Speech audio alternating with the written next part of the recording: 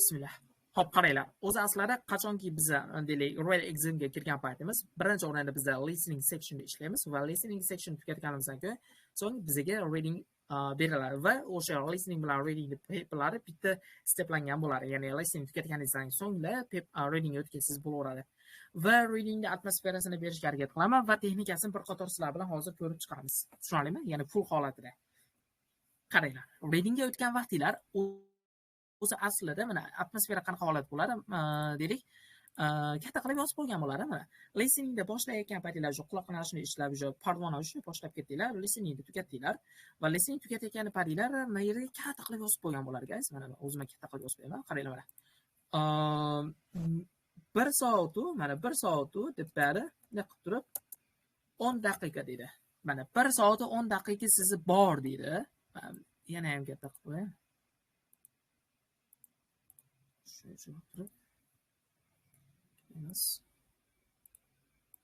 Mana 1 soatu 10 daqiqa.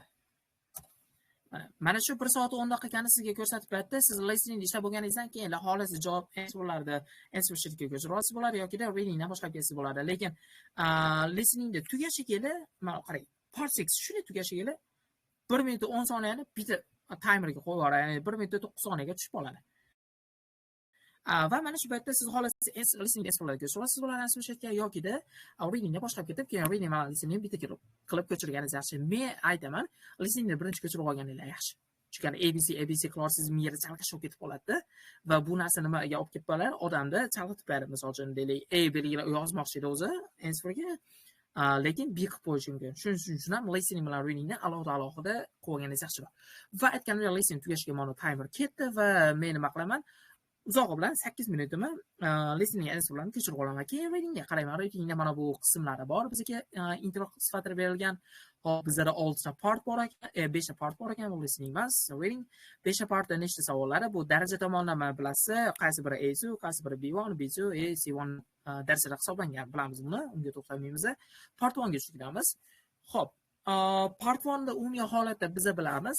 Ba'zi bir qisqa qoidalarni aytib ketaman. Part 1 da biz 6 ta boshlar to'ldirishimiz kerak bo'ladi va mana shu 6 ta boshlarni biz doim tepa tomondan so'zlarni qidiramiz. Biz bu mashqda biz o elementary pre-intermediate darajasida o'qiyotgan qilib yurganmiz. Ya'ni bizga bitta mashq beradi, korobka beradi. Korobkaning ichida box ichida biz so'zlar bor edi, 6 donadan so'zlar mashqlarni qo'yib chiqardi. Ya'ni mayda boxda qutini olib turib.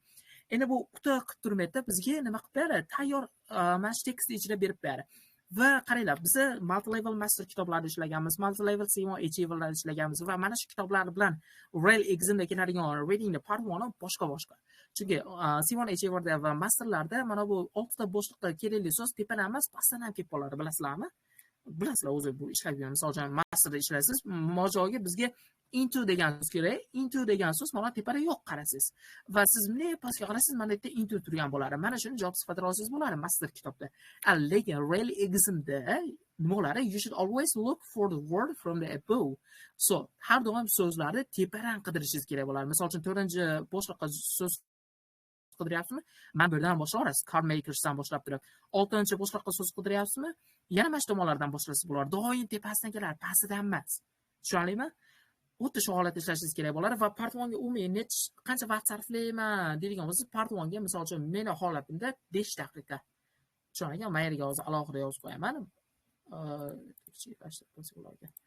Hop, part 1 ga umumiy holatda men 5 minut vaqt sarflayman. Unaqa ko'p emas. Tushunarlimi? Juda oson. Keyin guys, yana bitta narsani aytib qo'yaman, shu ko'p o'quvchilarda bo'lib qoladi. Part 1 kelgan paytda mana bu shartini ham o'qib o'tiradiganlar bor-da. Bu shartini bilasizmi? Bilasiz. Buni o'qib tarjima qilib o'tirishga vaqt sarflamang. Part 1 kelib bo'ldi, tekst ichidan ketaverasiz. Va bitta narsani endi sizlarni xursand qilib qo'yaman. Qaranglar. Bizda mockda beradigan materiallarimiz, bizda maytda darsda o'tadigan materiallarimiz, deylik darsingizda o'tadigan materiallaringizdan ko'ra Royal Examda materiallar sal qisman osonroq bo'ladi. Ya'ni part 1, part 2 partishlar oson holatda bo'ladi. U yana hozir mana bu yerda kattaroq tekst ko'ryapsiz, u yerda unaqa katta tekst ko'rmaysiz. U yerda kichkina tekst turadi. Mayda qarang, tema nima haqida ketyapti? Car makers are spending a lot of money on electric cars deyapti. Lekin u yerda hikoya beradi sizga. O'rmonda qizaloq bo'ri bilan yuribdi, bunaqa yuribdi degan narsalar, sodda narsalar beradi. U degani maza qilib ishlaysiz degani. Tushunarlimi? Shuning uchun ham part 1 ga u 10 daqiqa, 15 daqiqaga kirib ketmaydi. Asosan 5 daqiqa. 5 daqiqa ishlashga harakat qiling. Nimaga buni deyapman? Men asosan mana bu 1 soat 10 minut shunday qo'yib yuborgandan men уже 1 soat qolgungacha 10 minut ichida listening answerga ko'chirganimdan keyin soatga qaraganman. Part 1 boshlayotganimda 1 soat o'rinda bo'lgan. Bo'ldi deganman. Part 1 ni bitta ishladim. Part 2 da ishladim. Part 3 da ishladim. Keyin mana bu timerimga qarasam 48 minut qolgan ekan. Ya'ni 12 daqiqaning ichida men part 1, part 2, part 3 larni ishlab bo'pman. Mana shu holatda nimaga part 1 ga unaqa kirib ketamiz? Chunki part 1 oson bo'ladi.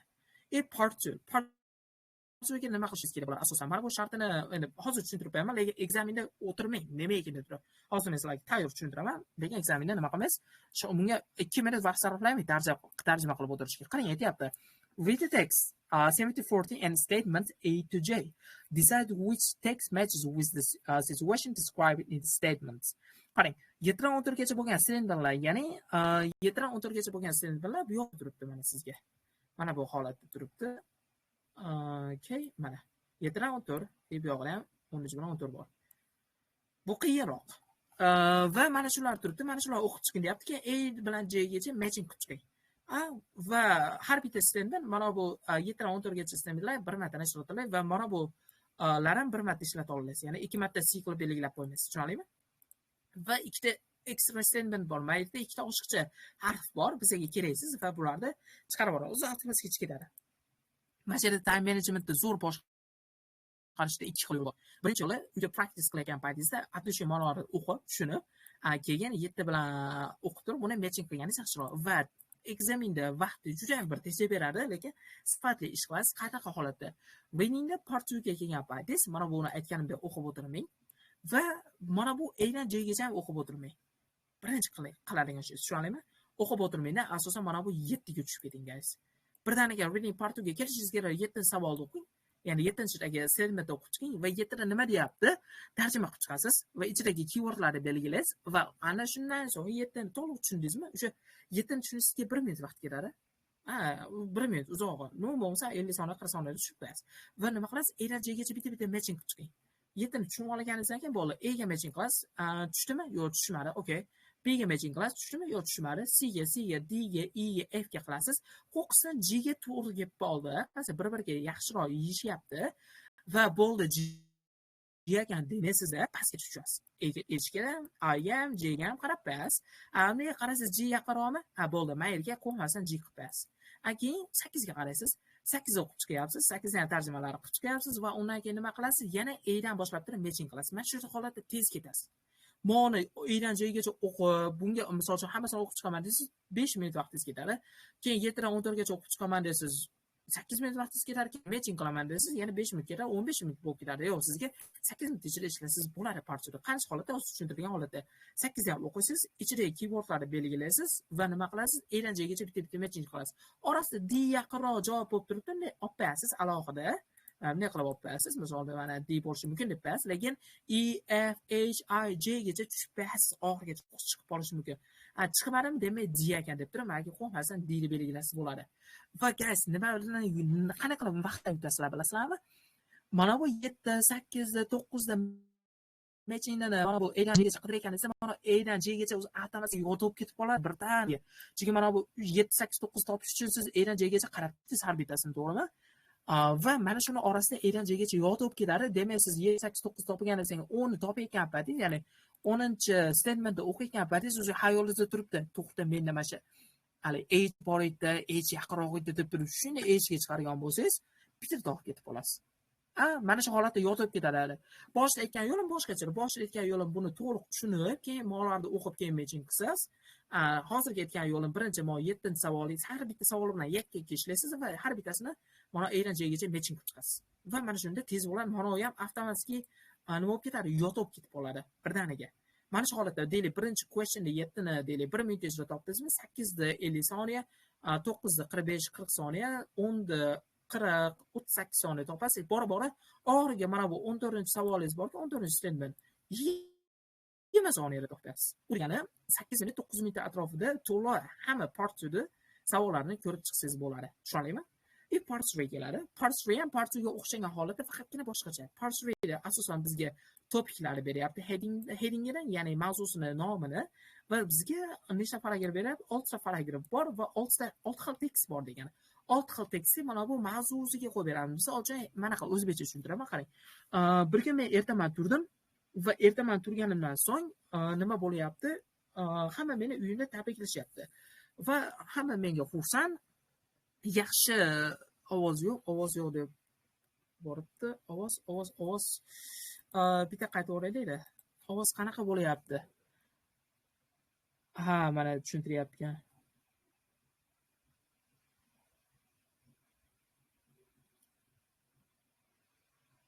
Xo'sh, ovoz unaqa demanglar. Ovoz yo'q. Bitta o'chirib qo'yaman ekan mikrofon. Ana endi nima deyapti? Ovoz nima deyapti? Ovoz chotki. Ovoz zo'r. Qotyapti ekan, kirib chiqasiz ekan. Yaxshi-ku, bo'ldi, yaxshi ekan, umumiy holatda. Xira вообще kirib chiqasiz ekan. Ha, bo'ldi, chotki, ketdik. Ko'p vaqtimiz emas. Qarang, men aytayotganim, bitta misol keltirganim. Misol qanaqa holatda bo'ladi?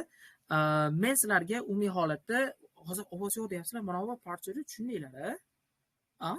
Mana shu bitta so'rab olay. Tushundikmi? Xo'p, tushundikmi? Part 1 va part 2 vaqt texnikalarini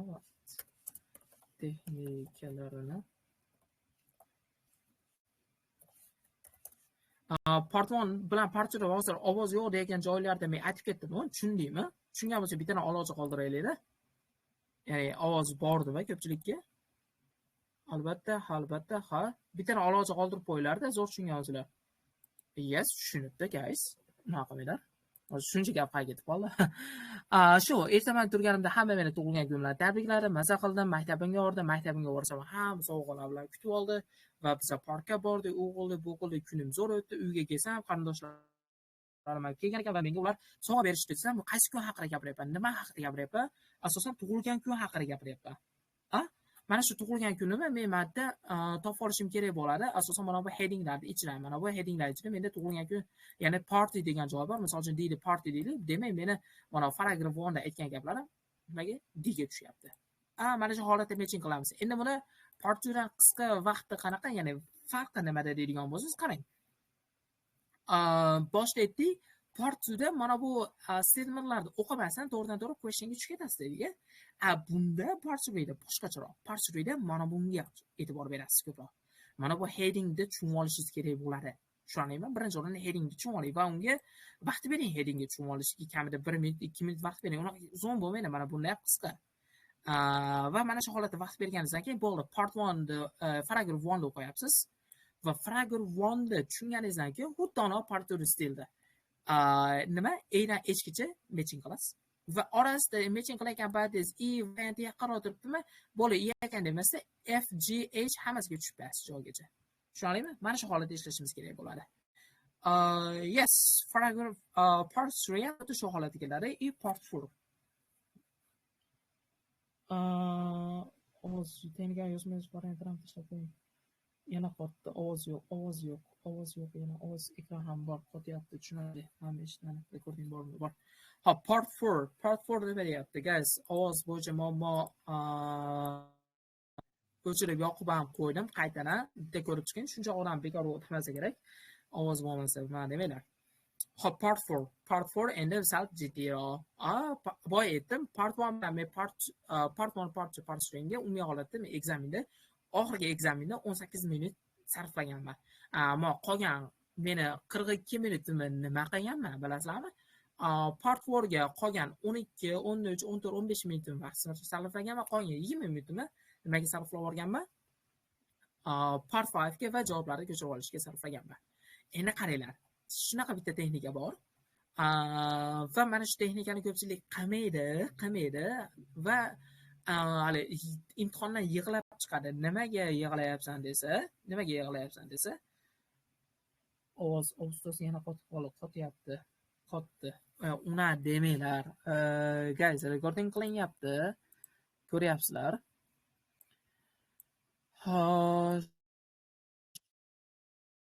qaranglar. Umumiy olganda yaxshi ishlayotgan bo'lishi kerak-da, mana shu narsa. Prosta qotyapti. Misol o'zingizlarning internet ishlamayotgan bo'lsa, bundan ham qotayotgan bo'lishi mumkin. Lekin aslida ko'pchilikda yaxshi. Qotgani yo'q, mana qotgani yo'q-da. Ko'pchilik o'zini internetini bu yoqqa nima qilmaylar, o'girib qo'ymaylar. Mana shu yerda bitta zo'r narsa o'rgataman. Ya'ni ko'pchilik o'quvchilar ekzamindan chiqqandan so'ng yig'lab chiqib qoladi ba'zilar, bilasizlarmi? Nima bo'ldi desa, readingimni answerlarini answer sheetga ko'chira olmadim, ulgurmadim, olib qo'ydi qog'ozni deb turib yig'lab chiqadi. Nimaga desangiz, u o'zi asli javoblarni javob varaqasiga ko'chirishda vaqtini, time managementini qo'ymagan. Mana shu holatda ko'pchilik time managementni yo'qotib qo'yamiz va mana shuni bitta yo'li bor. Qaranglar, sizlarga tushuntirib qo'yaman. Part 1, part 2 va part 3. Ishlab bo'ldingizmi? Shundoq javoblarni answer sheetga ko'chirib oling. Tushunarlimi? Part 1, part 2, part 3 da ishlab bo'lganingizdan so'ng javoblarni ko'chirib oling va mana shuni sizlarga audio qilib sifatida yozib qo'yibman. Qaranglar, audio sifatida ham yozib qo'yibman. Readingda answerlarni javob varaqasiga ko'chirishda muammo bo'lmasligi uchun bitta texnikani qiling. Chunki ko'p o'quvchilar mana shu holatda xato qilib chiqadi, ya'ni imtihondan keyin yig'lab chiqadi. Ha desa, mana shu aytganimdek javob varaqasiga ko'chira olmadim, part 5 javobini ishlovdim, lekin vaqtim tugab qoldi, listimni olib qo'ydi deb turib xafa bo'lib chiqadi. Mana shu holatda nima qilish kerak bo'ladi, guys? Har doim o'qitiriladi. Readingda part 1, part 2 va part 3 da ishlab bo'lganingizdan so'ng shunday javoblarni javob varaqasiga ko'chirib oling. Tushunarlimi? Ko'chirib oling. Keyin part 4 ga kelasiz. Ko'ngil sal xotirjam bo'ladi va part 4 ga kelasiz. Part 4 da ishladingiz. Part 4 da ishlab bo'lganingizdan keyin part 5 ga o'tishdan oldin part 4 da ham savollarni javoblarini javob varaqasiga ko'chirib oling. Tushunarlimi? Va undan keyin part 5 keladi. Qarasiz, o'zi 15 minut, 18 minut vaqtingiz qolgan bo'ladi yoki 10 minut vaqtingiz qolgan bo'ladi. Keyin nima qilasiz? Part 5 shunaqa narsaki, tekst o'ziga tortib oladi.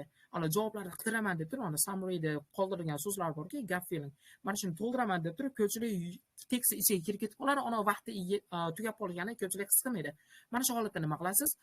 Part 5 deb bitta savoliga javobini shuni topdingizmi? Shuni javob varaqasiga ko'chirasiz. Ikkita savolning javobini topdingizmi? Shuni javob varaqasiga ko'chirib olasiz. 3, 4, 5, 6 ni topdingizmi? Shuni bitta javob varaqasiga ko'chirib olasiz. Shundan vaqtdan yutib olasiz. Yana bitta overall qilib aytaman. Readingda part 1, part 2, part 3 ishlab oldingizmi? Javob varaqasiga shuni javobingizni ko'chirib oling. Ko'ngil xotirjam bo'ladi. Part 4 da ishlab oldingizmi? Part 4 da ham javob varaqasiga ko'chirib oling. Part 5 da ishladingizmi? Har bittasini topdingizmi? Javob varaqasiga ko'chiring. U degani part 1, part 2, part 3 da hammasini tugatamiz. 18 ta savol bilan shuni tugatamiz. Shuni ko'chiramiz, keyin part 4 da alohida ko'chirib qo'yamiz, keyin part 5 da bitta ko'chirib qo'yamiz. Mana shu holatda time managementda zo'r ishlaysiz. Tushunarlimi? Chunki haligi bo'lib qoladi. Eshitdimmi? Oxirida hamma part 5 da ishlab bo'lganimdan keyinda hammasini bitta ko'chiraman degan bola, miyasida turib, ulgurmay qolamanmikin deb turib, part 5 tezroq ishlab beradi, u degan xatoga olib boradi. U narsa shuning uchun ham ko'ngil xotirjam qilish uchun alohida tap ishlab olishingiz kerak bo'ladi, tushunarligi. Va hozirgi aytgan narsalarim shular. Mana alohida o'zingizlarga audio sifatida ham berib qo'ydim va o'ylayman, mana shuni o'zi sizlarga anchagina foydali bo'ladi, xudo xohlasa. Tushunarligi. Endi part 4, qaranglar, part 4 da shunaqa narsa. Ikki xil holat bor. Buni ham ishlashni, misol uchun ekzamingacha ishlaydigan yo'llaringiz bor. Bu qanaqa yo'llar deydigan bo'lsangiz, misol uchun deylik, mana bunaqa narsa bor. Keyin rezultat so'rayapti hamda. Mana bunaqa narsa bor. Practice qilayotgan paytingiz part 4 da tekstni bilasizlar, kattaroq tekst bo'ladi. Va javoblari nimalar bo'ladi bu yerda? Multiple choice bo'ladi, ya'ni ABCD variantlari beradi va true false no information questionlarni beradi. Practice qilayotgan paytingiz mana tekstni to'liq o'qishga harakat qiling. Practice, ya'ni uyda xotirjam, tepangizda kimdir vaqt qo'yib bo'lmagan bo'lsa, birinchi tekstni tushunishga harakat qiling. Tekst qisman kattaroq bo'ladi. Tushunarlimi? Qisman kattaroq bo'ladi. Va mana shuni to'liq tushunib, keyin multiple choice variantlarini ko'rib chiqsangiz bo'ladi. Va xotirjam ishlaysiz. Lekin examda nima qilaman? Examda mana qiladigan bo'lsa, sizni kamida 20-25 minut vaqtingiz part 4 o'ziga ketib qoladi. Examda qoidasi sal boshqacha. Endi buni Word asosida tushuntiraman. Mana hozirgi reading part 4. Examda qoidasi part 4 ga kelishingiz bilanla mana bu tekstlar bilan ishlaydigan bo'lsa, aytganimdek boyaga 20 minut, 25 minut vaqtingiz ketib qoladi. Tushunarlimi? Ketib qoladi. Va shuning uchun nima qilishingiz kerak bo'ladi? O'tana part 2 ga o'xshagan holatda shunday savollarga tushib ketasiz, guys. Mana bu questionlarga tushib ketasiz. Mana bu questionlarga tushib ketishingiz kerak bo'ladi. Shundan vaqtdan yutasiz. Misol uchun deylik 21 da aytyapti. Mavzu nimaligini bir qator qarab qo'ying. Mavzu nima ekan? Fish and chips ekan. All right, fish and chips bilamiz. Qaysi davlatnikining, ya'ni Angliyadan chiqqan, Britaniyadan chiqqan mahsulot hisoblanadi. Ya'ni baliq bilan chips. Hozir mana nima bilan yeyiladi ko'proq? Akrachka bilan. Akrachka degani KFC bilan, chipslar, French frieslar keladi, xuddi shu. Avval baliq bilan yeyilardi. Va mana shuni savoliga tushib ketasiz. Fish and chips ekan desa, bu yoqda aytyapti 21 da. Mana shunda tez ishlaysiz. Fish and chips deyapti. Debra nima dullar deyapti. Va ABCD variantlarga qarab chiqsangiz bo'ladi. A deyapti asosan were as popular as Big Mac in the 19th century.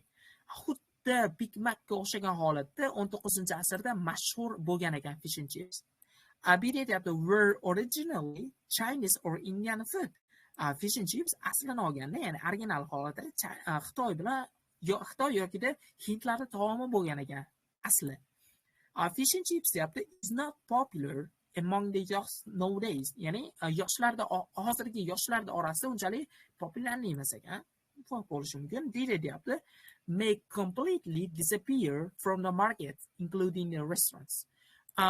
Fish and chips ya'ni disappear bo'lib ketishi mumkin ekan marketlar, ya'ni do'konlarda, magazinlarda va restoranlar ichida ham o'zini hisob ichiga olib qo'ygan restoranlardan ham yo'qolib ketar ekan.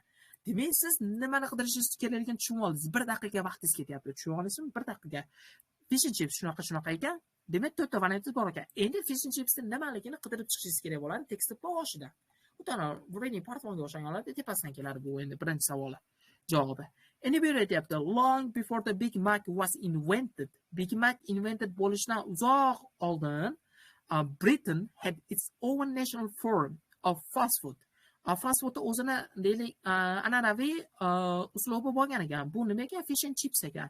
Or fish and chips for short. Ya'ni qisqartmasiga fish and chips. Ya'ni n o'rniga n ikkalasidan bir xil mana. N ham bir xil qilib o'qiysiz, mana uni ham bir xil o'qiysiz, yomon. N, ya'ni fish and chips ekan qisqasiga.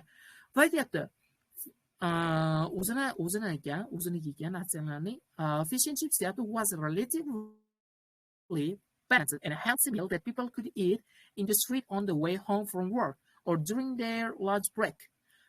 Fish and chips shunaqa bitta ya'ni healthy tomonlama balans zo'r bo'lgan ekanki, healthy tomonlama ham o'zini deylik bog'liqlik balansi ham anchagina yaxshi bo'lgan. Ya'ni odamlar ularda ishdan uyga ketayotgani yoki obed vaqtlarida, tushlik vaqtlarida ko'chalarda bemalol yeb ketishgan ekan. Va aytyapti bu ishga mana shu javob chiqyapti, guys, qisman. Va aytyapti wrap it in the newspaper, ya'ni wrap nima degani desiz, o'rama degani wrap. Wrap desa o'ralgan. Nimaga? Newspaper, ya'ni gazetalarga o'ralgan ekan. O'tali biz avval gazetaga nimani o'rab berdik? Ana nohot bor-ku, nohotni gazetaga o'rab berishadi. Ana shu holatda it would keep warm even on the coldest days of the year. Va u juda ham bir iliq holda ushlab beradi, hatto yilning eng sovuq kunlarida ham. Va aytyapti besides serving fish and chips in the newspaper help to keep the price low. Va ya'ni qo'shimchasiga fish and chipsni newspaperda xizmat ko'rsatishi, ya'ni newspaperga o'rab turib, ya'ni gazetaga o'rab turib, odamlarga berishi nima qilgan ekan? Help yordam bergan ekan to keep the price low. Narxni pastroq ushlashga, ya'ni arzonlashtirib bergan ekan mana shu narsani o'zi ham. Endi bitta variantiga qarab ko'raman. Fish and chips were as popular as Big Mac in 19th century. Ya'ni 19-asrda Big Mac kabi populyarli bo'lgan. Chinese bilan Indian bu yerda xato. Qaranglar, bitta texnika bor. Mana shu readinglarda, boshqalarda multiple choice ishlagan paytingizda shunaqa holat bo'ladi. To'g'ri javobni topishdan ko'ra, noto'g'ri javobda, ya'ni eliminate qilib tashlash osonroq, ya'ni chiqarib yuborish osonroq hisoblanadi. Tushundingmi? Ya'ni bu yerda word originally Chinese and Indian food chiqarib yuboraman. Is not popular among you nowadays. Hozirgi yoshlar orasida unchalik populyar emas. Hali bunga may completely disappear from the markets, including restaurants. Bu holatimga ham hozir kelmayapti variant. Meni ikkita varianti bor. Were as popular as a Big Mac in the 19th century or is not popular among you nowadays. Bitta ko'rib chiqaman hozirgi joygacha. Okay. Qarang, mayda 19-asr haqida gap ketyapti. No bridge town is more than 150 kilometers from the seaport, and most are much closer. So when they were built in 19th century, fresh fish could easily be bought in all bridge towns. Cheaper than meat, go'shtdan ko'ra arzon bo'lgan ekan. Sea fish become a popular source of protein. Qaraysiz, scam qiladigan bo'lsangiz, qarang, mayda aytyapti. Fish and chips deyapti are not so popular with young people these days, says the Lizzie, a teenager. Lizzie aytadiki, ya'ni bitta o'spirin Lizzie aytyaptiki, fish and chips ularning emas, hozirgi kunda yoshlar orasida. Va most of the time, if young people want to eat out, they will go to Burger King or Chinese takeaway. Hozirgi kunda ko'p yoshlar agarda deylik ko'chada ovqatlanmoqchi bo'lsa, ular Burger King yoki Chinese takeawayga borishadi. Fish and chips is a bit old fashioned. Eski modaga kirib qolgan deyapti fish and chips umumiy olganda. Endi bu kimni qaraydigan bo'lsam, menda ikkita variantim bor. Were as popular as a Big Mac in 19th century. It's not popular among youth nowadays. Qaysi variantim ko'proq tushyapti menga qaraydigan bo'lsa. Birinchi o'rinda qarang, mayda aytayotganda Big Macdan invented bo'lishidan oldin fish and chips o'zi natsional ovqati bo'lgan ekan Britaniyani. Va odamlar ko'chalarda bemalol yegan ekan. Endi bu yerda bitta savol tug'iladi. Big Mac o'zi qachon nima qilingan? Kashf qilingan 19-asrga yaqin. Endi mana bu yerda bitta savol javobi ham bor, qarang. Juda ham bir 19-asrda deyapti, fresh sea fish could easily be bought in all bridge town. Hozirgi deylik, hozirgi emas, Britaniya shaharchalarida, hamma Britaniya shaharchalarida osongina sotib olingan ma'nosida tushunyapti, ya'ni populyarniy bo'lgan ma'nosida tushunyapti, ketyapti, cheaper than meat, go'shtdan arzon bo'lgan ekan mana shu. Qarang, 19-asr degandan keyin virgul qo'yib qo'ygan, nuqta emas, nuqta bo'lganda u gap bo'lgan bo'lardi. 19-asrda gap ketyapti. Go'shtdan ko'ra arzon bo'lgan ekan va juda ham populyarniy bo'lgan ekan protein sifatida. Va mana shuni men mana is not popular bu hozirgi kunda, lekin menda 19-asr yaqinroq betdi. Ya'ni variantimni javob sifatida olib chiqsam bo'ladi. Tushunyapsizlar? Mana shu holatda tez ketasiz. Endi qarang, fish and chips were wrapped. Fish and chips wrapped, ya'ni o'ralgan ekan nima sifatida during the lunch break in the magazines on the coldest day to keep the cheap. Agar xotira zo'r bo'ladigan bo'lsa, bittada to keep the cheap. Ya'ni arzon ushlash uchun boya aytilganda fish and chips, ya'ni narxni pasaytiribroq ushlab turishga yordam beradi deyilganda. Magazinga bu jurnal deyapti, lekin newspaper edi, jurnal emas edi. Jurnal bilan newspaperda farqi bor. Jurnal sal qalinroq bo'ladi, newspaper yuqoriroq bo'ladi. Mana shu narsalarda nima qilgani alohida olgani.